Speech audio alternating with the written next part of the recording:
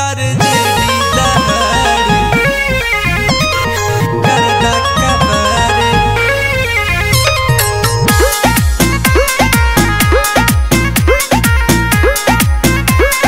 करदा कबारे झुकल ना बापू तो झुकी है ना बेटा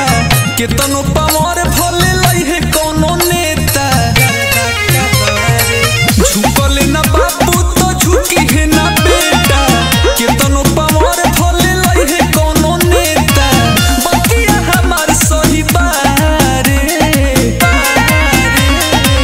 चारों ओर सोरे तेजस्वी के बारे पूरा हिले बिहार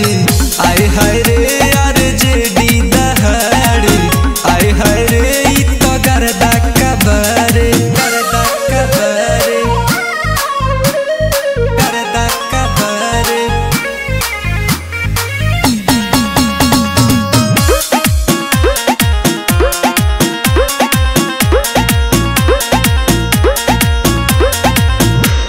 आरजेडी पार्टी नहीं मानी कबो हार हो अब की बेरी बनी लाला टेन के सरकार हो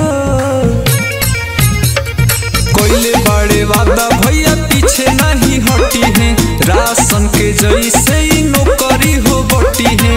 लागत इनके होना रे चारों ओर सोरे तेजस्वी के बारे पूरा हिले बिहार आए हाय रे यार जेडी दहाड़ आए हाय रे इ तो करदा कबारे करदा कबारे करदा कबारे